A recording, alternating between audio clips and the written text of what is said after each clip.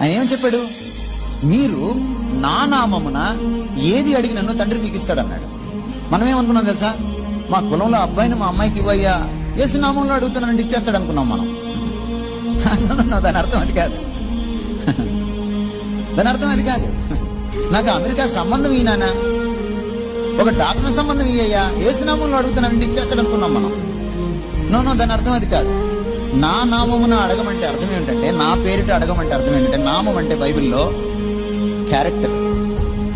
నీ ఎదుట నా నామమును ప్రకటించేద్దును అన్నాడు మోషేతోటి, నిర్గమకాండం 33వ అధ్యాయంలో.